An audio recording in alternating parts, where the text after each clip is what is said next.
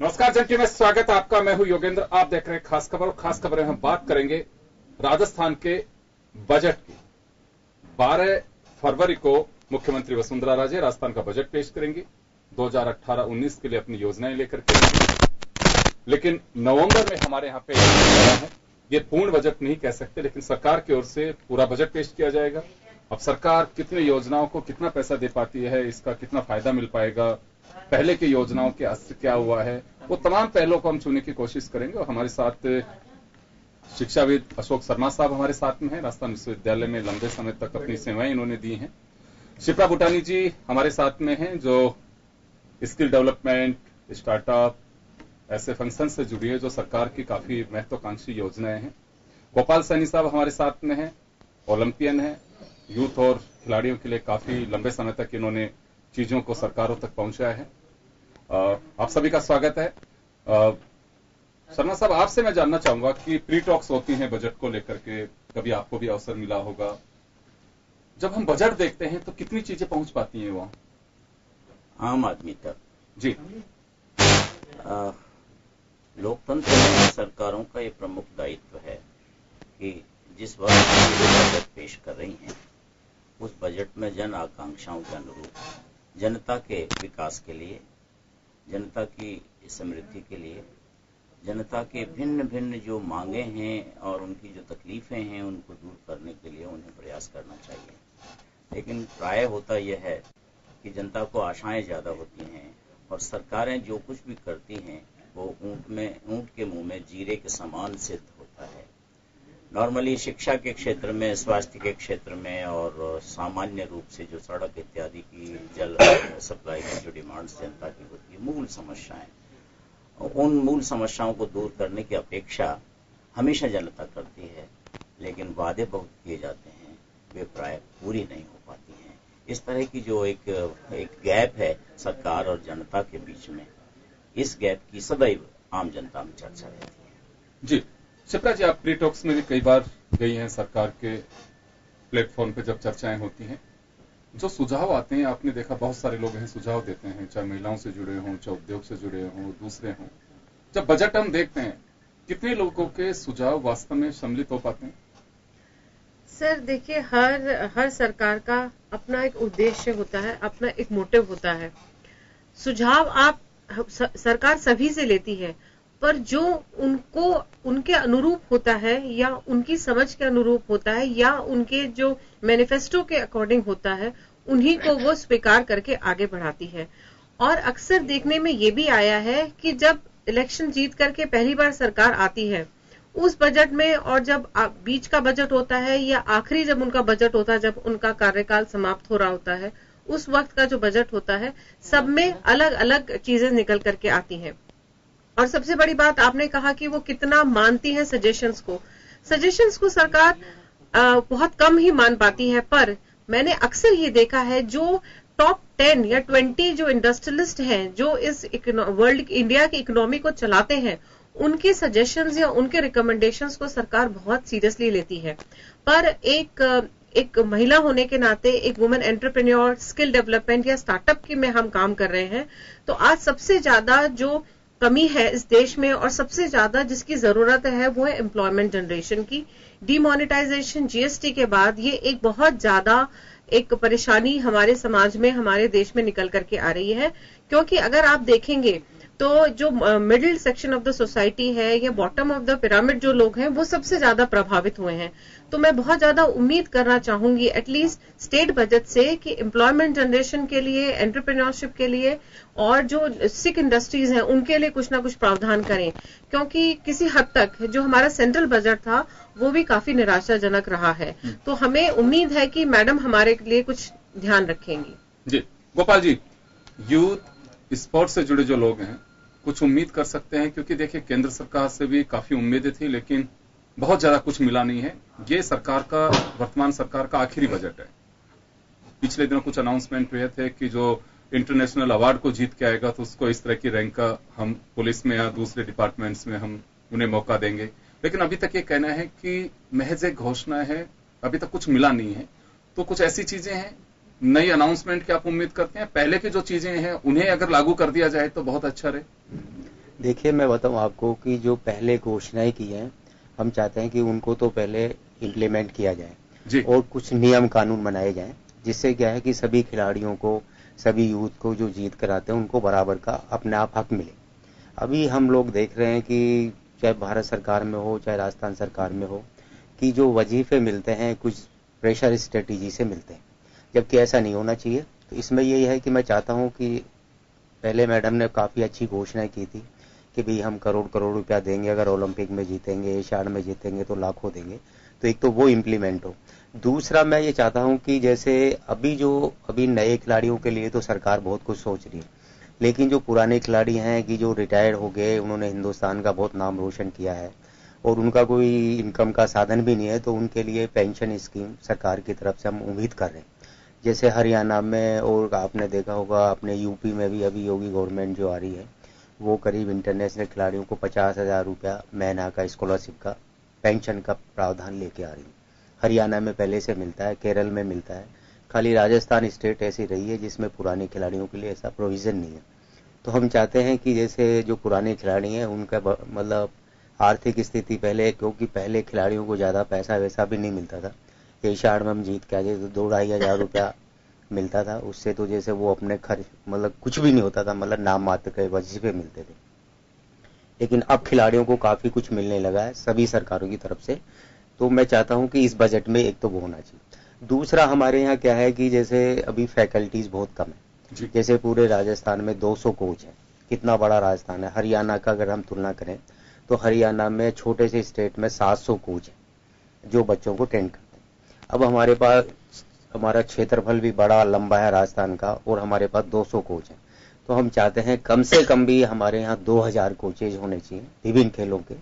जैसे मैं एथलेटिक्स की बात करूं तो जैसे हमारे एथलेटिक्स के जयपुर में करीब 7 कोच होने चाहिए, जो जैसे थ्रोज का अलग होना चाहिए, जो शॉट पुट करे, जेवलिन कराए, अपना हैमर थ्रो कराए, इसके अलावा स्प्रिंटर होना चाहिए, लॉन्ग मिडल डिस्टेंस में होना चाहिए, मिडल डिस्टेंस, मतलब करीब हमारे एक ही इवेंट में 7 कोच हमारे। अभी हमारे पास क्या है 2-3 कोच है, 2-3 कोच से जैसे मान लो हमारे पास लॉन्ग मिडल डिस्टेंस के तीनों हैं, तो अभी जैसे थ्रोवर जो है बेचारे वो बच्चे बड़े परेशान रहते हैं और वो हमारे पास ये समस्याएं लेके आते हैं। तो हम चाहते हैं कि इस बजट में कोचेज के लिए कुछ प्रावधान होना चाहिए, क्योंकि 200 कोच से हम उम्मीद नहीं कर सकते कि भारत सरकार भी चाहती है खेलो इंडिया का ये सारा कुछ आ रहा है, तो जब फैकल्टी नहीं होगी तो आप किसको खिलाएं। बिल्कुल बिल्कुल। तो क्योंकि दूसरे जहाँ पे मुल्क में खेलने के लिए जाते हैं आप, इंटरनेशनल स्तर पे आप जब खेलते हो तो वहां तो नियम कायदे आपको, वैसे टेक्निक, जैसे टेक्निक है कि स्पोर्ट्स टेक्निक के साथ में बहुत जुड़ा हुआ है और वो अगर नहीं होगी तो बड़ा मुश्किल होगा। तो ये बहुत जरूरी है। और तो ऐसा तो नहीं है कि, हालांकि मुझे महसूस होता है कि पिछले कुछ साल से, एक दशक की बात करें तो वास्तव में खेलों के प्रति लोगों की भावनाएं भी बढ़ी है, सरकारों का भी थोड़ा सॉफ्ट कॉर्नर हुआ है, लेकिन जो मिलना चाहिए वो नहीं मिल पा रहा है। कुछ पहले के ऐसे अनाउंसमेंट हैं जो पूरे करें, खेल नीति की बात की गई थी, एक क्या मेडिटेशन सेंटर की बात की गई थी कि स्पोर्ट्समैन के लिए एक मेडिटेशन का हो, बीकानेर में साइकिलिंग कोर्ट की बात की गई थी। कुछ ऐसी चीजें हैं जिनको शायद अभी तक पूरा भी नहीं किया गया, तो उनके लिए भी अभी कुछ फंडिंग की देखिए जैसे सरकार व्यवस्था करे। देखिए मैं बताऊं, जैसे हमारे बीकानेर में साइकिल वेलोड्रम का चल रहा था और बीकानेर से काफी इंटरनेशनल साइकिलिस्ट निकले, ठीक है ना। रामदेव जी कोच थे, वो बड़ा, उन्होंने उन बच्चों को बड़ा अपने बच्चों की तरह पाला और बड़ा अच्छे गणेश सुतार और कई अच्छे खिलाड़ी वहां से दिए उन्होंने, जिन्होंने हिंदुस्तान का एशियाड में इधर नाम रोशन किया।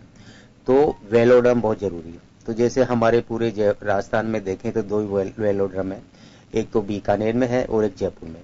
तो बीकानेर वाला तो क्या है कि बिल्कुल जर्जर स्थिति में था, तो गए बजट में वो घोषणा भी की थी, शायद उसका कुछ काम वगैरह चालू होने की बात थी, लेकिन अभी तक वो हुआ नहीं। तो हम चाहते हैं कि जो पहले की घोषणाएं थी मैडम, उनको पूरा करने के लिए कुछ बजट का प्रावधान वगैरह दोबारा करें, जिससे कि हमारे वेलोड्रम जयपुर का और बीकानेर का सही हो सके। जी, एक जॉब्स की बात जो की थी मुख्यमंत्री ने पिछले दिनों भी एक अनाउंसमेंट किया था कि डिप्टी एसपी रैंक के अधिकारी तक के लिए भी उन्होंने अनाउंसमेंट किया था।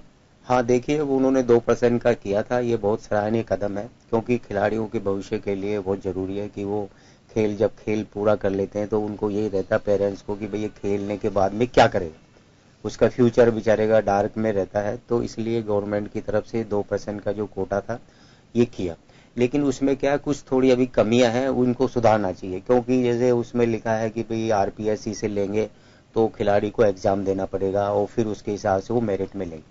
जबकि मैं ये चाहता हूं कि जैसे खिलाड़ी का एग्जाम न होके खिलाड़ी की जो खेल की परफॉर्मेंस है उसके हिसाब से उसको क्या चयनित करना चाहिए, क्योंकि हम खेल के लिए प्रमोट करने के लिए ऐसा करने जा रहे हैं हमको तो, क्योंकि मैं आपको बताऊं कि जो खेल कूद के आदमी होते हैं वो ऐसा नहीं है कि उनकी बुद्धि कमजोर होती है, लेकिन बेचारे सारा समय खेल के मैदान पे दे देते हैं, इसलिए वो क्या है कि पढ़ाई अच्छी तरह नहीं कर पाते। तो जो कमजोर खिलाड़ी होगा, जो पढ़ाई में जिसका ज्यादा इंटरेस्ट है, तो वो अच्छे खिलाड़ी को पढ़ाई में मेरिट में छोड़ देगा, और जो एक जिनाइन खिलाड़ी को जो मिलना चाहिए ना वो नहीं मिल पाएगा। तो इसलिए मैं चाहता हूं कि इसमें थोड़ा संशोधन हो और खिलाड़ियों की खेल की परफॉर्मेंस के बेस पे उनको नौकरी दी जाए। चलिए, विष्णु कुलवाल साहब हमारे साथ में। कुलवाल साहब, व्यापारी वर्ग लगातार ये बात कर रहा है नोटबंदी के बाद से कि बिजनेस पे बहुत ही विपरीत असर पड़ रहा है और बेरोजगारी एक बढ़ने का एक बड़ा कारण बताया जाता है। तो इस बजट में कुछ उम्मीद कर रहे हैं मुख्यमंत्री साहिबा से कि व्यापारियों के लिए एटलीस्ट ये तो कम से कम करिए, आपका आखिरी बजट है। देखिए योगेंद्र जी, राजस्थान की मुख्यमंत्री बजट में पैसा लाएगी कहां से? जब जो दिल्ली सरकार ने जो बजट दिया है उसमें तो उसने व्यापारी को छोड़ दिया राम भरोसे कि भाई तू तेरा काम जाने, तू तेरा काम कर, हमें तेरे से मतलब नहीं है, तू तो टैक्स चुकाता जा, बाकी जाने तेरी माया तेरा काम। सवाल है कि योगेंद्र जी, मैं छोटे से समझ लेना चाहता हूं आपका कि व्यापारी वर्ग के लिए हमेशा ये कहा गया है कि वो भारतीय जनता पार्टी से जुड़ा हुआ आदमी था, जिसने 60 साल तक भारतीय जनता पार्टी को, मतलब जनता दल, जनसंघ, भारतीय जनता पार्टी, जब से ये मतलब कांग्रेस के विरोध में जो लोग रहे उसका व्यापारी वर्ग ने सपोर्ट किया। क्यों किया? कि व्यापारी वर्ग को हमेशा भरोसा दिलवाते थे कि हम आपके साथ में, आपकी हम सब प्रकार के काम हम आपका करेंगे। और जब जब भी चंदे का वक्त आता था व्यापारी से चंदा लिया जाता था। मगर जब से हिंदुस्तान में भारतीय जनता पार्टी की सरकार बनी है, इस 3.5 साल में जो व्यापारी की दुर्गति जो 60 साल में नहीं हुई, उस व्यापारी को आज खून के आंसू पीने पड़ रहे हैं कि वो बोले तो किसके सामने बोले, कोई सुनने वाला है नहीं। योगेंद्र जी, आज जीएसटी के अंदर हिंदुस्तान में करीबन 1 करोड़ व्यापारी हैं जो जीएसटी में जुड़े हुए। 1 करोड़ व्यापारी के ऊपर जहां तक मेरे को ज्ञान है 1.5 करोड़ कर्मचारी उस पर काम कर रहे हैं, मतलब एक व्यापारी पे 1.5 आदमी काम कर रहा है। तो आज हम ये चाहते हैं सरकार हमारी दुकान पे एक आदमी को, अब इंस्पेक्टर को बैठा दे, वो अपना टैक्स काटे और टैक्स अपने साथ उसी दिन ले जाए। क्यों 30 दिन का इंतजार करती है हमारे लिए? तो व्यापारी को इस प्रकार से इन्होंने जकड़ दिया है। पहले बोला जीएसटी लाएंगे हम, 1 पॉइंट टैक्स लाएंगे, उसकी स्थिति क्या हुई? आज रोजाना कभी 1 महीने में 3 रिटर्न, महीने की 12 36, 1 + 37 रिटर्न एक व्यापारी देगा। एक व्यापारी पढ़ा लिखा कितना है? क्या किराने का व्यापारी जिसके पास 300 प्रकार के आइटम है, क्या वो जीएसटी कोड नंबर डाल सकता है उसमें? इन कर्मचारियों ने सरकार के नेताओं को इतना गुमराह कर दिया। मैं इसलिए कहना चाहता हूं कि आज वो बिल किस ढंग से काटेगा तो समझा दो, या तो कर्मचारी को बैठा दो, बिल काट दे हमारा और टैक्स ले जाए, हमारे पैसे हम ले लेंगे। मगर योगेंद्र जी, इस सरकार ने तो आके व्यापारी को जंग पे जगह खड़ा कर दिया कि आज व्यापारी सोच रहा है मैं व्यापार कैसे करूं, मेरे बच्चों का पेट कैसे पालूं। लेकिन अभी राज्य सरकार ने प्री टॉक्स भी की थी, काफी व्यापारी भी वहां पे गए थे। कुछ प्रॉब्लम्स ऐसी हैं जो मुख्यमंत्री सॉर्ट आउट उनके कर सके और आप लोगों को कुछ राहत दे सके? योगेंद्र जी, ये वो व्यापारी लोग जाते हैं वहां पर जिनका खुद का निजी कोई बड़ा व्यापार होता है। ये अपने व्यापार के सिवाय एक छोटे व्यापारी की बात कोई नहीं करता। नेता इनमें से एक भी नेता ने कोई बात की हो, चाहे वो 40 हो, चाहे वो चैम्बर ऑफ कॉमर्स हो, चाहे और भी कोई छोटे बेचारे मंडल के अगर ले गए, गलती से उन लोग हो गई, तो उनको बोलने का मौका नहीं मिलता, क्योंकि मुख्यमंत्री जी चाय वाय सब रख देती है, चाय पानी बिस्कुट वगैरह सब रख देती है, वो सब उसको बनाते हैं, चाय के कप पे ध्यान रखता है। उस उलझन में उलझा के अब जो 5-7 जो लोग हैं इनको बोल के काम खत्म हो जाता है। योगेंद्र जी, मैं कह रहा हूं ना, जब 1.5 करोड़ कर्मचारी आप पे और व्यापारी हम 1 करोड़ है, तो क्या तकलीफ? आप खुद इसका टैक्स ले जाओ ना, रोजाना ले जाओ ना, हमसे महीने भर में क्यों लेते हो? आप तो रोजाना ले जाओ, हमको तो इस उलझन से दूर रखो। अब ये बोल रहे अब 3 महीने में 1 रिटर्न देनी है। योगेंद्र जी, जब से जीएसटी आया है न किसी अधिकारी को पता है कि रिटर्न कैसे भरनी है, और आज तक अभी इन्होंने ई बिल लागू किया, और ई बिल लागू करके क्या किया? इन्होंने कुछ भी नहीं किया। अभी कहते 6 महीने बाद से लागू होगा।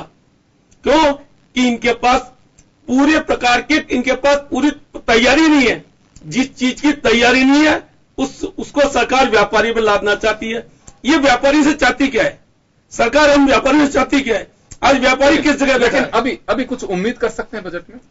हमें तो जब दिल्ली का बजट देख लिया तो राजस्थान से हमको कोई उम्मीद नहीं है। और ये जो बजट आएगा, ये माननीय मुख्यमंत्री जी चुनाव जीतने के लिए बजट लाएगी और वो लागू होगा नहीं। सरकारी कर्मचारी को मानेगा नहीं। आप देख लेना योगेंद्र जी, आप भी आई बैठे, मैं भी आई। आपको लगता है पॉपुलर बजट होगा ये? सब इस बजट को बोलेंगे हम जनता को गुमराह करने वाला बजट। वो बजट माननीय मुख्यमंत्री वसुंधरा राजे पेश करेगी। यानी कि आपको भरोसा नहीं, तो उम्मीद किस तरह की जाए जब भरोसा नहीं है बजट पे कि बिल्कुल कोई बजट इस तरह का आएगा नहीं? योगेंद्र जी 4 साल राजस्थान की सरकार को हो गए, 5वां का अभी 8 महीने और बचे हैं। ये इनका समय बचा है। इन्होंने हमारे को 4 साल तक क्या दिया? इन्होंने हमको खून के आंसू दिए। हम किसी के सामने रो भी नहीं सकते हैं योगेंद्र जी। आज ये सरकार को सोचना होगा। वापस आपके पास में आऊंगा, अशोक शर्मा साहब के पास जाना चाहूंगा। शर्मा साहब, एक चीज मैं जानना चाहता हूं कि यूनिवर्सिटीज काफी खोली, वसुंधरा राजे जी ने ही अनाउंसमेंट किए थे कुछ, अशोक गहलोत साहब ने भी कुछ 2 कदम बढ़े अभी, लेकिन जो सुविधाएं वास्तव में यूनिवर्सिटी का एक अपना एक स्टेटस है, एक स्टैंडर्ड है उसका, वैसे नॉर्म्स के अकॉर्डिंग हमें कुछ दिखाई नहीं दे रहा है। लेकिन बावजूद उसके भी क्या वास्तव में कि महिला विश्वविद्यालय की उम्मीद कर सकते हैं राजस्थान में? हाँ मित्र, इस संदर्भ में मैं अपनी शिक्षा क्षेत्र की व्यथा आपके सामने प्रस्तुत करूं। ये जो विश्वविद्यालय अभी खोले गए पिछले दिनों में, रादर अशोक गहलोत गवर्नमेंट ने शुरू किए थे, बाद में इन लोगों ने शुरू किए हैं। विश्वविद्यालय बजट में अनाउंस कर दिए, लेकिन विश्वविद्यालयों में कुलपति बिठाने और सरकार का रजिस्ट्रार देने के अलावा उन विश्वविद्यालयों के द्वारा कोई शिक्षण का काम लेने का कोई प्रयत्न, कोई योजना राज्य सरकार की है ही नहीं। क्योंकि जो विश्वविद्यालय खोले हैं वे केवल परीक्षा का आयोजन करने के लिए खोल दिए हैं। उस क्षेत्र के विद्यार्थियों के परीक्षा फॉर्म भरवाते हैं। परीक्षा फॉर्मों के निस्तारण के लिए उनके पास पूरा स्टाफ नहीं है। संबंधित कॉलेजेस से कुछ टीचर उधार लेके राज्य सरकार ने उनको दे दिए हैं। उन्हें they have no staff, they have no teaching faculty and they have no teaching departments. यदि इस तरह के विश्वविद्यालय खोले जाते हैं तो विश्वविद्यालय के नाम पर वह केवल खाना पूर्ति है। मेरी शिक्षा के माध्यम से ये प्रार्थना है राज्य सरकार से कि आने वाले बजट में कम से कम जो आपने पूर्व में स्थापित विश्वविद्यालय हैं उनको पूरी तरह से शैक्षणिक स्टाफ, कर्मचारियों का स्टाफ और उनके भवन इत्यादि की व्यवस्था, इंफ्रास्ट्रक्चर की व्यवस्था जब तक वे नहीं करेंगे तब तक उस क्षेत्र के लोगों को जो विश्वविद्यालय देकर आपने एक आशा जगाई है शिक्षा के क्षेत्र में, वह आशा पूरी नहीं हो सकती। ठीक उसी तरह से कॉलेजेस भी खोल दिए गए हैं, लेकिन कॉलेजेस के लिए कोई भवन नहीं दिया, कॉलेज के लिए कोई स्टाफ नहीं दिया। कॉलेजेस की जो भर्ती आरपीएससी के माध्यम से की जा रही, महीनों पहले उन आरपीएससी के रिजल्ट आ गए हैं, लेकिन आरपीएससी ने उनके इंटरव्यूज आयोजित नहीं किए हैं। जब आप महीनों पहले, रादर 1 वर्ष पहले आपने परीक्षा ले ली, इंटरव्यू आपने 1 वर्ष बाद भी नहीं लिया, दैट मीन्स कॉलेजेस को देने के लिए स्टाफ की आप घोषणा तो करते हैं लेकिन उनको क्रियान्वित नहीं करते हैं। इसमें एक पेच है। पेच यह है, आम जन यह महसूस करता है कि राज्य सरकार योजनाएं बना देती है लेकिन उनकी ब्यूरोक्रेसी उस योजना को लागू नहीं होने देना चाहती, धरातल पर नहीं पहुंचने देना चाहती। और यदि धरातल पर योजनाएं नहीं पहुंचेगी तो आम जनता को उसका क्या लाभ होगा? छोटा सा सवाल है सर मेरा। देखिए, पॉलिटिशियंस जो है हमारे यहाँ पे चुनाव वही लड़ते हैं और हमारा जो डेमोक्रेटिक सिस्टम है उसमें साफ है कि राजनीतिक दलों के चुने हुए जो नुमाइंदे हैं वो ही जाकर के हमारे यहाँ पे सिस्टम को गवर्न करेंगे, रूलिंग सिस्टम में वो ही आएंगे।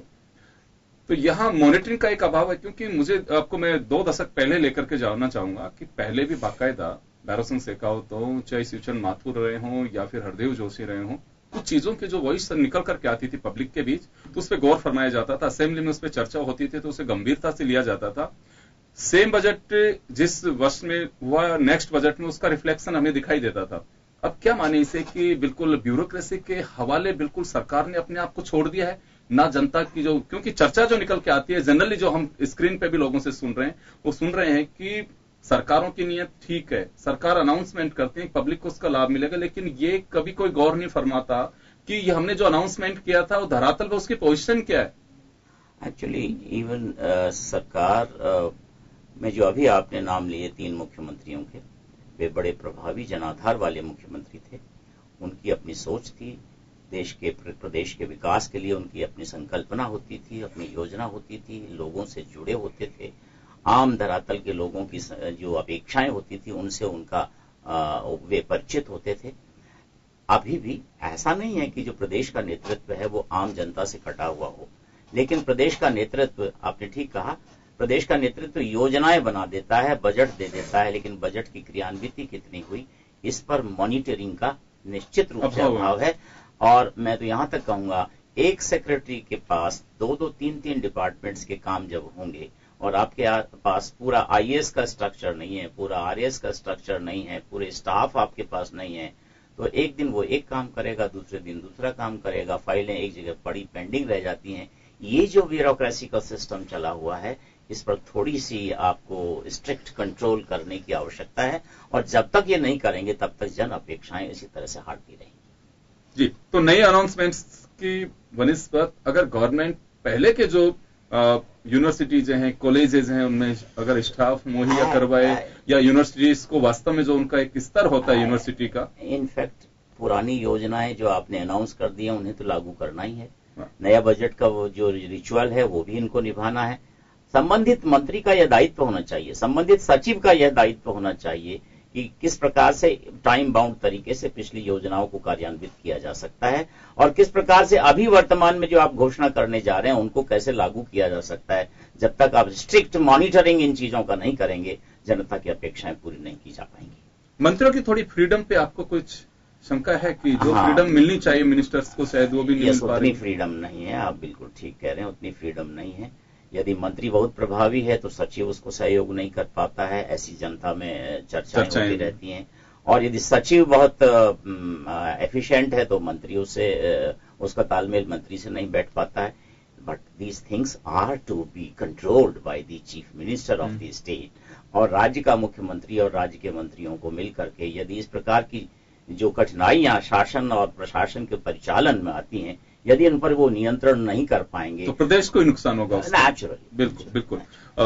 शिप्रा जी, आपके पास आना चाहूंगा। बड़ी एक गंभीर बात अशोक शर्मा साहब ने अपने जो एक एक्सपीरियंस और वास्तव में जो देखते हैं, ये बात कई बार चर्चाओं में आती है, मैं जिक्र नहीं करूंगा नाम का, भी बड़े एक प्रभावशाली मिनिस्टर, उन्होंने भी अपनी मीटिंग के बीच मीडिया वालों से कहे कि मेरे एसीएस बैठे हैं, आप इन्हीं से चर्चा करें, सरकार यही चला रहे हैं।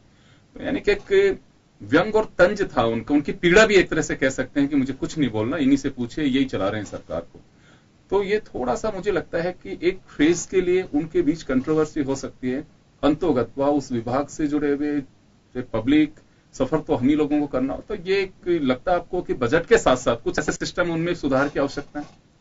देखिए सर, एक छोटी सी बात है, किसी भी बिजनेस में या कहीं पे आप किसी कर्मचारी को रखते हैं, आप उसको एक जिम्मेदारी देते हैं, एक टारगेट देते हैं, फिर आप मॉनिटर करते हैं कि उसने वो टारगेट अचीव किया या नहीं। मेरा अब तक का एक्सपीरियंस ये कहता है कि कोई भी एक ब्यूरोक्रेट एक पोस्ट पे होता है, उसको एक काम दिया जाता है, वो पूरा हुआ या नहीं हुआ उससे पहले उसका ट्रांसफर हो जाता है, फिर नया आता है, जब तक वो काम समझता पता चला उसका भी ट्रांसफर हो गया। तो जो 5 साल की सरकार रहती है या जो कार्यकाल रहता है उस पर्टिकुलर पॉलिसी का या उस पर्टिकुलर प्रोजेक्ट का, उसमें पता चला 3-4 लोग जिम्मेदार थे, फिर अंत में सब बोलते हैं कि नहीं ये मेरा प्रोजेक्ट नहीं था। तो मैं ये कहना चाहूंगी कि किसी भी कंट्री या किसी भी बड़ी मल्टीनेशनल कंपनी को आप देख लीजिए, अगर कोई एक सफाई कर्मचारी है तो वो सफाई के लिए पूरी तरह से जिम्मेदार है। अभी ये इस तरह से हो गया है कि बहुत से लोग खाना पका रहे हैं और कोई भी जिम्मेदारी इसमें लेने को तैयार नहीं है। कम से कम किसी की तो जवाबदेही हो। और मॉनिटरिंग की भी अगर हम बात करें तो हमें ये तो पता चले हमें मॉनिटर करना किसको है, क्योंकि सब एक दूसरे पे डाल देते हैं।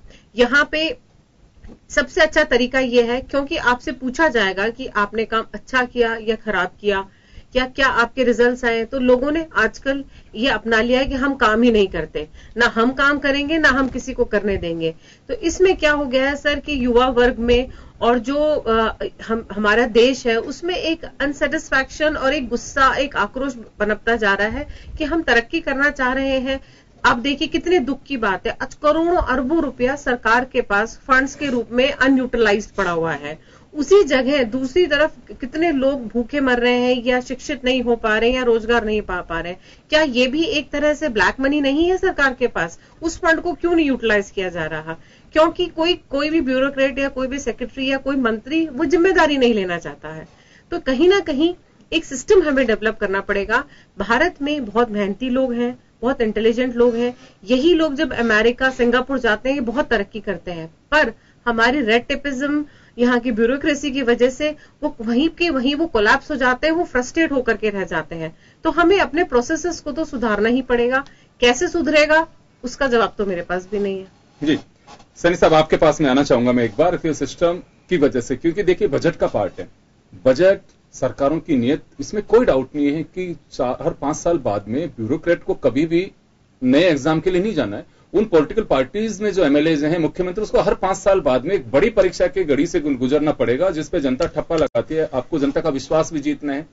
तो मैं बिल्कुल सरकारों की नीयत पे कहीं को शक नहीं करता हूं, लेकिन मुझे लगता है कि एक बड़ी डिबेट इस बात को लेकर के होनी चाहिए, चाहे असेंबली में हो चाहे पार्लियामेंट में हो। आज हो क्या रहा है कि 80% पब्लिक ये कहती है कि कम से कम पुरानी जो आपकी योजना है आप तो उसी को लागू कर दीजिए, हम नहीं मत करिए। एक बजट आप बिल्कुल छोड़ दीजिए, अब तय करिए कि मेरा बजट इतना है, मुझे पहले की जो योजनाएं चल रही हैं मुझे उसमें पैसा दूंगा, मत करिए नए अनाउंसमेंट्स। तो अब क्या वक्त आ गया कि वास्तव में सरकारों को इस ओर चेतना चाहिए कि हम कर क्या रहे हैं और हमारी योजनाओं की हालत क्या है? देखिए मैं बताऊं आपको कि योजनाएं सरकार जो करती हैं वो पब्लिक के लिए ही करती है। जैसे पहले की गवर्नमेंट ने अपने जैसे फ्री मेडिसिन का किया था, फ्री मेडिकल चेकअप का किया था, और कई ऐसी योजनाएं थी जो पब्लिक के लिए थी। लेकिन जो हम इम्प्लीमेंट जो अभी करते हैं इनका दायित्व होना चाहिए। अभी आपने देखा होगा कि अपने जो समाज कल्याण विभाग के हॉस्टल हैं उनमें क्या गद्दों में क्या है कचरा निकला है। तो अब कोई भी एमएलए या कोई भी मिनिस्टर जाके हॉस्टलों को नहीं देखेगा, वो तो देखने वाली जो टीम है वो तो ये कर्मचारी हैं। कर्मचारी जो कर रहे हैं वो गलती कर रहे हैं, तो उसमें मिनिस्टर का कोई दोष नहीं। मिनिस्टर तो चाहता है भी हॉस्टल में बढ़िया गद्दे जाएं, उन्होंने टेंडरिंग भी किया है, सारा कुछ किया है। लेकिन इसमें यह है कि इसमें सुधार की गुंजाइश होनी चाहिए। मिनिस्टर को ये डिसीजन लेना चाहिए कि भाई ये गद्दे कैसे आए, इसमें लुगदी क्यों आई, इसके लिए जल्दी क्या फास्ट ट्रैक में डिसीजन होके उनको सजा मिलनी चाहिए। अभी हमारे क्या हो रहा है कि जैसे पता नहीं वो सजा भी होता है, एफआईआर भी दर्ज होती है, लेकिन वो क्या 2-4 महीने में एडजस्टमेंट करके वो वापस बहाल हो जाता है। इस वजह से कह सकते हैं कि डर नहीं रहा। आज मुझे लगता है कि जेल जैसी जगह का शायद डर नहीं रहा है, जिसके लिए लोग मानते हैं कि बस अब उसके बाद में कुछ नहीं, दी एंड है सजा का, उसके बाद में कुछ नहीं, उसका भी खौफ खत्म होता जा रहा है। आए दिन एंटी करप्शन ब्यूरो के केसेस सामने आते हैं।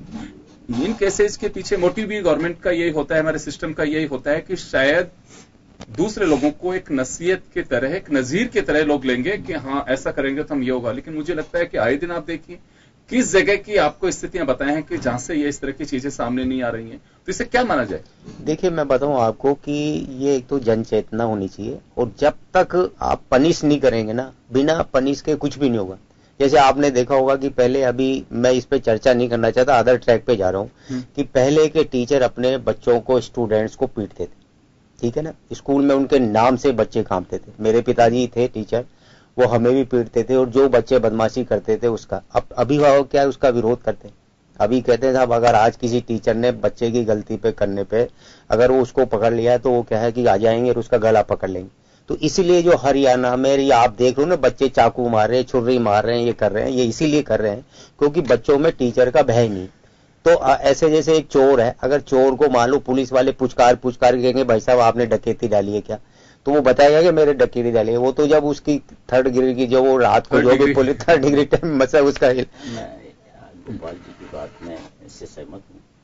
आपने सुना होगा वैज्ञानिक प्रबंध का एक सिद्धांत दिया है F.W. टेलर, और F.W. टेलर जो वैज्ञानिक प्रबंध के, साइंटिफिक मैनेजमेंट के विश्वव्यापी विद्वान हुए, उन्होंने कहा reward and punishment is the basic principle of success.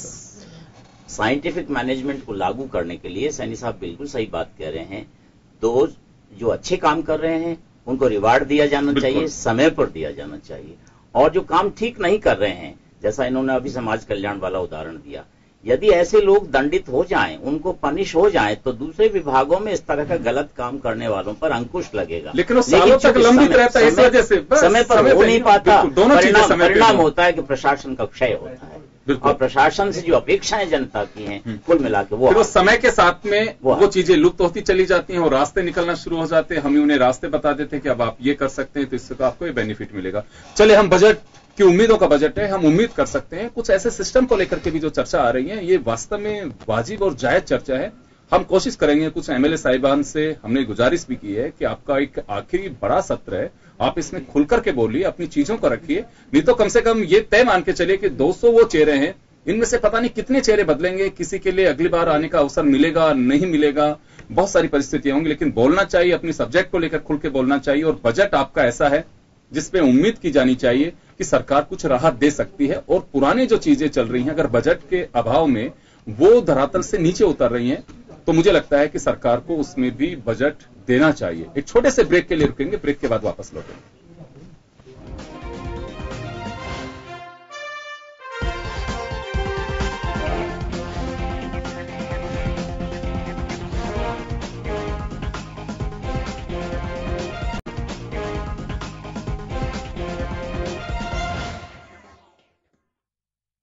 हम तो यही उम्मीद रख सकते हैं कि अच्छा हो, जिसमें गरीबों का, बिजनेसमैन का, छोटे वर्ग का, हर किसी का इसमें फ़ायदा हो।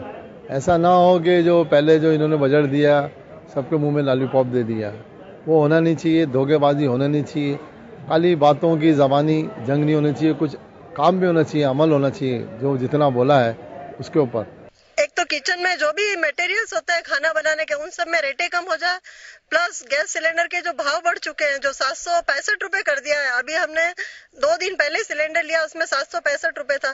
तो मेरी गुजारिश है वसुंधरा से कि कम वसुंधरा जी 500 रुपए तो कर ही दे। मैं आशा करता हूं सरकार से, राज्य सरकार से, कि आप हैंडीक्राफ्ट उद्योग को संजीवनी देने के लिए इस उद्योग को टैक्स फ्री करें, हर तरह का आइटम टैक्स फ्री करें, जिससे विदेशी मुद्रा देश को मिल सके।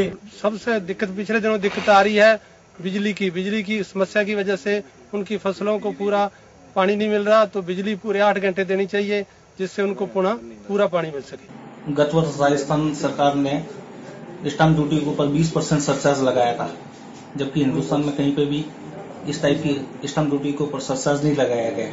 इसलिए इस बजट में सरचार्ज हटाना चाहिए ताकि जनता को राहत मिल सके स्टाम्प ड्यूटी पर। जो युवा वर्ग है उनको नौकरी के बाद 15 लाख नौकरियां देने के बाद की वो हुई नहीं, किसानों को कर्ज माफी हुई नहीं, किसानों को 24 घंटे बिजली मिली नहीं, तो कहीं न कहीं मतलब लोगों में रोष है। और हम ये चाहते हैं कि बजट के अंदर एक बार फिर आपका स्वागत है। आप देख रहे हैं हमारी खास खबर और एजेंडा है बजट 2018-19। मुख्यमंत्री वसुंधरा राजे बजट पेश करेंगी 12 फरवरी को। उसको लेकर के हम बात करना चाह रहे हैं कि किस तरह की उम्मीद कर सकते हैं बजट में। आपने कुछ रिएक्शंस भी सुनी हैं जो अलग अलग शहरों और कस्बों से हमने मंगवाई हैं। लोगों का ज्यादातर जो रुझान ये है कि महंगाई कम करिए, सिस्टम को दुरुस्त करिए, हर जगह हमें पैसे देके काम कराने पड़ते हैं। तो कुछ ये मुझे लगता है कि हर व्यक्ति को पीड़ा सामने आ रही है। हम कोशिश कर रहे हैं कि आपकी पीड़ा को वहां तक पहुंचाएं, एमएलए के जरिए पहुंचाएं, क्योंकि बजट के बाद विभागवार जब चर्चा होगी तो शायद हो सकता है कि कुछ चर्चाएं वहां खुल करके हो सके। हमारे साथ 2 नए अतिथि और जुड़ गए, रामपाल जी जाट साहब जो किसानों के लिए लंबे समय से संघर्ष कर रहे हैं, और सुमन देवटिया जी महिलाओं के लिए, उनके अधिकारों के लिए जो संघर्ष कर रही हैं, हमारे साथ जुड़ी हुई हैं। रामपाल जी, आपके पास आना चाहूंगा कि गवर्नमेंट ऑफ इंडिया ने जो एमएसपी का जिक्र किया और किया, लेकिन स्टेट गवर्नमेंट की कोई अपनी लायबिलिटीज होती है किसानों को जहां राहत दे सके। सरकार का आखिरी बजट है, बजट कितने लंबे समय तक कैसे यूज होगा ये तो एक अलग विषय है, बट हम कुछ उम्मीद तो कर ही सकते हैं कि सरकार को ये काम जरूर करना चाहिए किसानों के लिए। एकदम सही कहा योगेंद्र जी आपने, उम्मीद तो हमेशा रहनी चाहिए, और हम सबको इतनी उम्मीद तो रहनी चाहिए कि मैडम वसुंधरा मुख्यमंत्री बनने के पहले भारतीय जनता पार्टी की प्रदेश अध्यक्ष थी। उस समय जो घोषणा पत्र बना विधानसभा चुनाव के लिए, स्वराज संकल्प पत्र, हाँ, उन्होंने उसको नाम दिया था स्वराज संकल्प। उन्होंने कहा ये कोई रूटीन बजट नहीं है, वो घोषणा पत्र नहीं है, ये हमारा संकल्प है स्वराज के लिए। इसलिए उन्होंने लिखा, मैं जो कहूंगी उसे करके दिखाऊंगी, मेरी कथनी और करनी में कोई अंतर नहीं होगा। तब अंतिम बजट में हम ये चाहेंगे जो उस स्वराज संकल्प 2013 में वायदे किए गए थे उनको पूरा कर दे।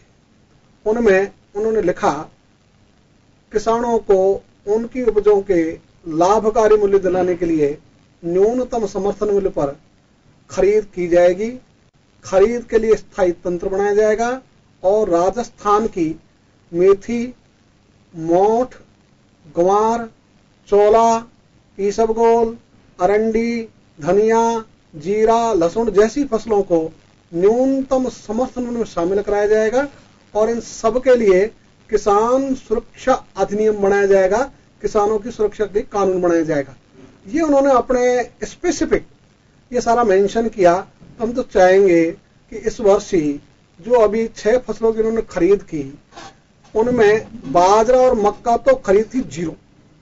जिन 4 फसलों की खरीद हुई वो खरीद भी बहुत कम है, जिसमें उड़द जो कम फसल है वो 56% पहुंची कुल उत्पादन का, मूंग 34% पहुंचा कुल उत्पादन का, मूंगफली 11 तक ही पहुंची और सोयाबीन तो 2% से भी कम है कुल उत्पादन की खरीद।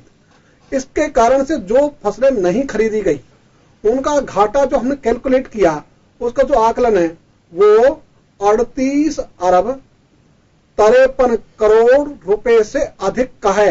यदि इन फसलों की सरकार उनके वायदे के अनुसार खरीद करती तो किसानों की जेब में 38.5 अरब रुपए से अधिक पैसा आता, तो राजस्थान में खुशहाली आती और पूरी राजस्थान की अर्थव्यवस्था वो बढ़ती गतिमान।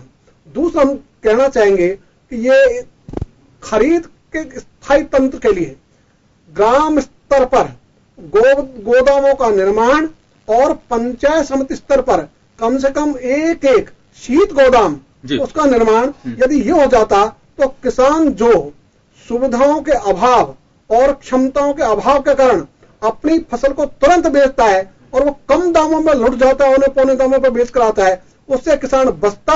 ये एक बहुत अच्छा काम होता है। तो इस दिशा में भी प्रत्येक ग्राम पंचायत को जो बजट मिलता है कम से कम 1 करोड़ रुपए प्रति वर्ष, उसमें से 50 लाख भी प्रायोरिटी के आधार पर उसी बजट में से गोदाम बनाने के लिए लगा देते तो 5 लाख टन के गोदाम प्रत्येक गांव में बन जाते। तो इससे किसानों की यह समस्या दूर हो जाती। और हमने तो ये भी कहा है भाई आप खरीद मत करो, तो मध्य प्रदेश की तरह भुगतान भावांतर योजना ले आओ, वो भी नहीं करो तो न्यूनतम समर्थन मूल्य से नीलाम बोली शुरू कराने के लिए जो राजस्थान का कृषि उपज मंडी का कानून है उसमें संशोधन कर दो, उसको बदल कर दो। इससे भी आपको हल्दी लगे न फिटकरी रंग चोखो आ जाए, ये काम हो जाएगा। वो भी करने को तैयार नहीं। तो न्यूनतम समर्थन मूल्य का लाभ किसानों को मिले, इसके बारे में भी पूरी तरह से कहीं गंभीरता दिखती नहीं। दूसरा जो पशुपालन और ग्रामोद्योग विषय है उनको पूरी तरह अनदेखा किया है। पशुपालन में दूध इसके मूल्य भी घटे हैं सर्दियों में, और बोनस जो पिछली बार मिलता था 2 रुपए प्रति लीटर वो हटा दिया, जो रेट थी वो कम कर दी। और भेड़ जो राजस्थान की इकोनॉमी में एक महत्वपूर्ण स्थान रखता है, उसकी ऊन से जो कमाई होती थी आज ऊन के दाम रह गए चौथाई, उसमें भी दाम नहीं। तो भाई ऊन के दाम, दूध के दाम, पशुपालन को भी संभालो ना। तो ऊंट को राष्ट्रीय पशु घोषित करके आप क्या संदेश देना चाहते हो? तो जिससे किसानों की आय बढ़े, प्रदेश में खुशहाली बढ़े, ये बजट की दिशा रहेगी। तो मैं सोचता हूं ये सब काम एक स्वतः होगा। और एक मैं कहना चाहूंगा, आप ये गरीब को छप्पर देना बंद कर दो। हम कहते हैं गरीब को सक्षम बनाओ कि वो खुद छप्पर बना ले। क्या आसान कर रहे हो? भिखमंगे क्यों बना रहे हो देश को? इसलिए ये जो आप रेवड़ियां बांटते हो, तोहफा देते हो, उपहार देते हो, माफी देते हो, इसको खत्म करो। इसलिए आप तो व्यक्ति की आय बढ़ाकर उसको बनाओ सक्षम, वो खुद शौचालय बना ले, वो खुद अपना मकान बना ले। उस दिशा में बजट को लाओ ना भाई। तो उस दिशा की बजाय उल्टी दिशा में ले लो। उनकी 100 रुपए की जेब काट कर 10 रुपए की सहायता दे रहे, उसको ढोल पीटते हो। इसलिए बजट के मामले में सरकार को जो करना चाहिए वो नहीं करती। और करती क्या है? ग्राम आयोजन। अरे भाई ये जो है ना ग्राम आयोजन हमारे लिए है ही नहीं। ये तो कृषि व्यापार की चिंता है। उसको करो, हमने राज्य स्तर पर कर दिया, 3 संभागों को कर दिया, बाकी संभागों में करें, क्या करोगे उनको कर? मैं आपकी बात से सहमत हूं कि 2 चीजों पे एग्रीकल्चर सेक्टर में ध्यान देना होगा कि आपका प्रोडक्शन किस तरह से आ रहा है।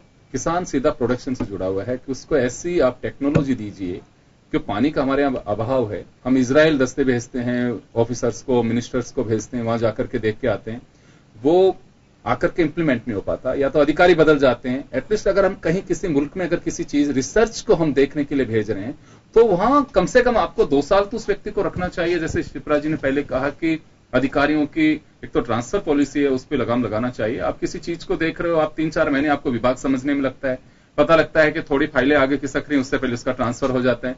तो मुझे लगता है कि ये चीजें भी एक हैं जो हमारे यहाँ पे सिस्टम को दुरुस्त नहीं कर पा रही हैं।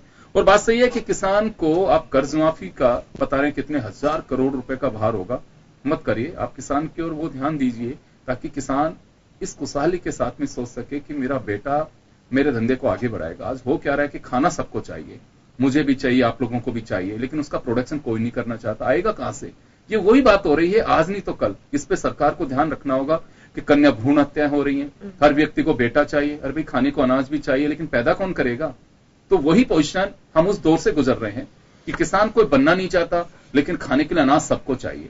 तो इस और वास्तव में सरकारों की प्राथमिकता होनी चाहिए। रेल बजट को आपने मर्ज कर दिया। मेरा तो मानना है कि गवर्नमेंट ऑफ इंडिया, हालांकि हमारा सब्जेक्ट आज स्टेट का है, कृषि आधारित बजट लेना चाहिए, कृषि का बजट होना चाहिए। राजनाथ सिंह जी के अल्फाज मुझे बहुत अच्छे से ध्यान है कि जब ओटीएस में आए थे, रामपाल जी बीजेपी में उस वक्त बहुत सक्रिय थे, लेने गए थे एयरपोर्ट पे उनको, तब कहा गया था कि मेरा वश चलेगा और सरकार हमारी आएगी, यूपीए के वक्त की बात है, तो हम कृषि बजट लेकर के आएंगे, मेरी ये इच्छा है। लेकिन अब हो सकता है कि उनकी एक इच्छा सिरे नहीं चढ़ पा रही हो, लेकिन होना यह चाहिए कि एग्रीकल्चर सेक्टर को थोड़ा सा प्रमोट करने की आवश्यकता है। मैं सुमन जी आपके पास में आना चाहूंगा। महिलाओं से जुड़ी कुछ योजनाओं का अनाउंसमेंट किया था सशक्तिकरण को लेकर के, उनके एम्प्लॉयमेंट के लिए, स्वावलंबन के लिए। तो कुछ ऐसा है कि पहले की योजनाएं जिस अभी दिखाई दे रही हैं कि हाँ बिल्कुल महिलाओं में एक अलग कॉन्फिडेंस डेवलप हुआ है, या फिर कुछ और चीजों की आवश्यकता है? देखिए, यहाँ पे सरकार ने पिछला जो बजट पेश किया था उसमें बहुत ज्यादा जिस तरीके से महिला सिक्योरिटी को, महिला के कोई भी मुद्दा हो उसको लेकर के उनको सशक्त रूप से उठाने के लिए, उनको सशक्त करने के लिए जो उसमें प्रावधान होना चाहिए था, उसमें जितना बजट होना चाहिए था वो प्रॉपरली नहीं था, और जिसमें भी किया उसका इम्प्लीमेंटेशन नहीं दिख रहा है। यहाँ पे मैं फॉर एग्जांपल यहाँ पे बताना चाहूंगी कि यहाँ पे महिला डेस्क बहुत है, सिक्योरिटी के पॉइंट ऑफ बात करना चाहूंगी यहाँ पे, लेकिन उन डेस्क की हालत क्या है? वहां पे प्रॉपर सीटिंग नहीं है, प्रॉपर स्टाफ नहीं है। सेम हालत महिला थानों की भी हो रही है, वहां पे महिला कर्मियां नहीं है। और इस तरीके के जो निर्भया जैसे फंड है उसमें वहां पे आने वाली महिलाएं हैं, पीड़ित महिलाएं हैं, उनको उस फंड के तहत रिलीफ मिलना चाहिए। इतना करोड़ों का बजट पड़ा है निर्भया फंड में, तो यूज ही नहीं किया, लेकिन उसको टच ही नहीं कर रहे हैं। ये हमारे यहाँ की गवर्नमेंट के लिए एक बहुत बड़ा सवाल पैदा करता है, खास करके महिलाओं की सुरक्षा के मुद्दों को लेकर के। आप बात करोगे हेल्थ को लेकर के, तो हेल्थ में आप देखोगे, आप देखना कि मिड डे मील के जो उसका न्यूट्रिशन को लेकर के था, उसको बजट को जो पिछले साल था उसको रिड्यूस किया है, कम किया है। वो डायरेक्टली उसके स्वास्थ्य को इफेक्ट कर रहा है, जबकि उनकी आवश्यकताओं के अनुसार उसको और कैसे बेहतर बनाया जाए उसमें सरकार का कोई ध्यान नहीं है। तीसरा मैं यहाँ पे कहना चाहूंगी कि जो सर भी अभी बात कर रहे थे किसानों की, यहाँ पे राजस्थान नहीं पूरे भारत में महिलाएं खास करके किसान काम से जुड़ी हुई है। उनकी प्राथमिकता, उनकी आवश्यकता के अनुसार सरकार कहां जाकर के पहुंच करके उनकी उम्मीदों के अकॉर्डिंग बजट में उसके प्रावधान को लाती है, उन स्कीम का डेवलपमेंट करती है। अगर कहीं करती है तो उसका इम्प्लीमेंटेशन कहां है? तो वो जहां पे भी बजट दिखाया है उसका इम्प्लीमेंटेशन नहीं है, क्योंकि मॉनिटरिंग मैकेनिज्म नहीं है यहाँ पे प्रॉपरली।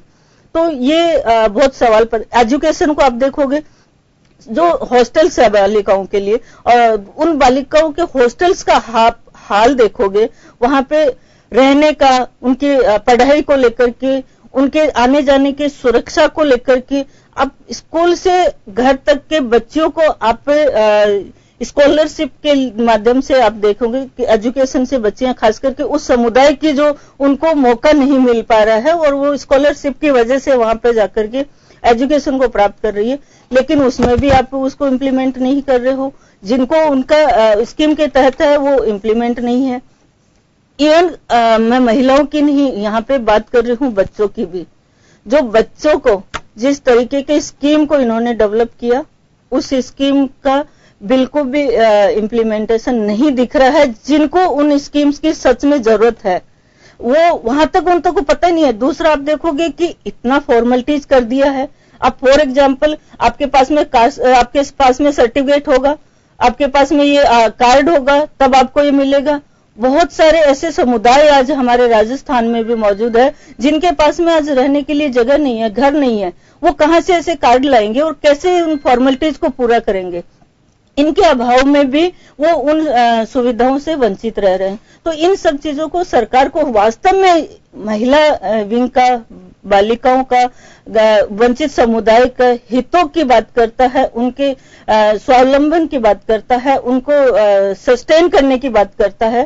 तो ये इस तरीके की ये सरकार के लिए भले ही छोटी चीजें होंगी, लेकिन उनकी जिंदगी से जुड़ी हुई चीजें बहुत बड़ी है। और इस बजट में इन सब चीजों को देखना होगा। आप देखेंगे ये शेड्यूल कास्ट और शेड्यूल ट्राइब्स के लिए एससीपी और ये बजट है, स्पेशल कंपोनेंट प्लान है इनके लिए, लेकिन उस कंपोनेंट प्लान के तहत जो बजट रखा जाता है, आप उसके इम्प्लीमेंटेशन को उठा के देख लीजिए।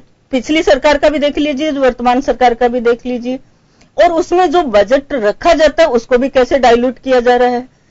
तो वो कुल मिलाकर के आप कागजों में थोड़ा बहुत दिखा रहे हो, वो भी आप उस समुदाय तक नहीं पहुंचा रहे हो, उस वर्ग तक नहीं पहुंचा रहे हो, और जिनको वास्तव में ऐसी चीजों की जरूरत है। और उसके सहारे से स्कीम का आप देखिए, विधवा पेंशन योजना देख लीजिए, आप चाहे वृद्धा पेंशन योजना देख लीजिए। बहुत सारे रात दिन हमारे सामने ऐसे केसेस आ रहे हैं जो कहने को कह रहे हैं कि हम ऑनलाइन ये सब कर दिया, लेकिन जो नीचे का जो राजनीति है इन स्कीम्स तक पहुंचने से वंचित करने की, और जो मॉनिटरिंग की जो मैं बात कर रही हूं, वो बहुत गड़बड़ाई हुई है। उसके लिए बिल्कुल प्रॉपर फंड भी नहीं तैयार किया जा रहा है। दूसरा, आप देखोगे घरेलू हिंसा एक्ट के तहत प्रोटेक्शन ऑफिसर नियुक्त करना चाहिए, लेकिन नहीं किया हुआ है। उसके लिए स्पेसिफिक फंड होना चाहिए, उसको नहीं यूज किया जा रहा है, उसको इम्प्लीमेंटेशन वहां पे नहीं हो रहा है। तो ये इनके लिए बहुत जरूरत है, उस महिलाओं के लिए जो वास्तव में उस चीजों की जरूरत है उसको, और वो समय पे नहीं मिल पा रही है। तो मुझे लगता है कि सरकार को इस बजट में इन सब चीजों को बहुत ध्यान देने की जरूरत है। और वास्तव में यहाँ पे विकास करने की बात कर रहे हैं तो आपको उस लास्ट छोर के इंसान को देखने की जरूरत है, ताकि आप अपने बजट के माध्यम से कह सको कि हमारी इस बजट से इन लोगों तक ये हुआ। अब बहुत सारे ये स्कीम है जिनको लोगों तक पता ही नहीं है। आप कहाँ अवेयरनेस की इसमें देख रहे हो? अवेयरनेस आप कागजों में भले ही दिखा रहे हो, लेकिन कितना आप जनता के सामने जाकर के उसके अवेयरनेस प्रोग्राम किए हैं, कितना लोगों तक आपने डायरेक्टली जाकर के उन तक पहुंचाई है, ताकि वो अपने राइट्स को समझ सके, ताकि वो अपने राइट्स को। सुमन जी, मैं वापस लौटूंगा आपके पास में। शिप्रा जी, एक चीज मैं यहाँ जानना चाहूंगा कि क्या स्टार्टअप जैसी चीज एग्रीकल्चर, खासकर विमेंस के लिए कुछ इस ओर सरकार ध्यान दे रही है? क्योंकि स्किल इंडिया, स्किल यूनिवर्सिटी हमारे यहाँ पे बना दी गई है, जिससे कुछ उम्मीद बन रही है। देखिए, तुरंत रिजल्ट नहीं आया, लेकिन हम ये मान के चलें कि 2 साल 5 साल हमें इंतजार करना होगा। इस दिशा में आगे बढ़ रहे हैं। विमेंस और खासकर एग्रीकल्चर सेक्टर को भी इससे जोड़ा जा सकता है? बिल्कुल सर, जोड़ा जा सकता है। आप कभी भी हिस्ट्री उठा करके देख लीजिए, जो भी वर्ल्ड की ग्रेटेस्ट इकोनॉमीज हुई हैं वो हमेशा एंटरप्रेन्योरशिप के बल पे ही हुई हैं। आज भारत देश में अगर 10 रतन टाटा और हो जाते हैं, 20 मुकेश अंबानी और हो जाते हैं, तो आप सोचिए कि हमारी इकोनॉमी कितनी ज्यादा बढ़ सकेगी। और रही भारत देश को अगर प्रगति करनी है तो हम एग्रीकल्चर को दरकिनारा नहीं कर सकते, क्योंकि परमात्मा की विशेष कृपा रही है कि जितनी ज्यादा सनलाइट, अच्छा वाटर, हर तरह की क्रॉप हम भारत देश में उगा सकते हैं। आप अमेरिका चले जाइए, जर्मनी, यूरोप, कहीं भी आप चले जाइए, इतनी ज्यादा मल्टी क्रॉप आप कहीं भी नहीं उगा सकते हैं। कृषि क्षेत्र से निकले हुए जितने भी आपके इनोवेशंस हैं या जितनी भी मल्टी स्किल जो आपके प्रोग्राम्स या इंडस्ट्रीज निकल करके आती हैं, वो बहुत ज्यादा फ्लरिश करती हैं। आप देखिए, हम वापस से प्रकृति की ओर जा रहे हैं। आज हर कोई ऑर्गेनिक की तरफ जा रहा है। क्या ये स्किल से जुड़ा हुआ नहीं है? मल्टी मिलियनर बन गई हैं वो कंपनीज जो वापस से ऑर्गेनिक फूड लेकर के आ रही हैं। और ऑर्गेनिक है क्या कि आप 20 साल से उस जमीन को पेस्टिसाइड से आपने खराब कर दिया, अब आप पेस्टिसाइड्स डालना बंद करिए, गोबर की खाद या जो नेचुरल मैन्युअल है उसको आप डाल करके उसको उपज बना रहे हैं। इस तरह की चीजें आ रही हैं, लोग अपने अलग अलग तरह के फ्रूट्स यहाँ पे उगने लगे हैं। तो एग्रीकल्चर बेस्ड जितने भी इनोवेशंस हैं वो डेफिनेटली इस इकोनॉमी को आगे लेकर के जाएंगे। और खेती जो है वो सिर्फ इसलिए नहीं कि गांव में की जाती है। देखिए गांव में जो औरतें हैं उनको करने के लिए इंडस्ट्रीज नहीं है, और आप ये एक नेचर जो होता है, प्रकृति ने महिला का नेचर ऐसे बनाया है कि वो बहुत अच्छा संरक्षण दे सकती है, बहुत अच्छी केयर कर सकती है। और एग्रीकल्चर जो स्किल सेक्टर है उसमें बहुत ज्यादा केयर की जरूरत होती है। आप सदियों से देखते आएंगे, आज भी आप गांव में चले जाइए तो बुरा मत मानिएगा, आदमी तो आपको पेड़ के नीचे बैठे ताश खेलते हुए मिलेंगे, पर महिलाएं ही हैं जो खेतों में भी काम करेंगी, घर भी संभालेंगी, पशुपालन भी करेंगी। तो हम अगर महिलाओं को और उनको उसी एरिया में जाकर के आगे बढ़ावा देते हैं, उनके स्किल्स को एनहांस करते हैं, तो उनको गांव नहीं छोड़ना पड़ेगा। बाड़मेर में हमारा एक सेंटर चल रहा है जहां पे zero almost negligible mail population है। क्यों? क्योंकि उस गांव का सारा पुरुष जो है, पुरुष वर्ग शहर चला गया नौकरी की तलाश में। क्या ये ठीक है? ये नहीं है ठीक।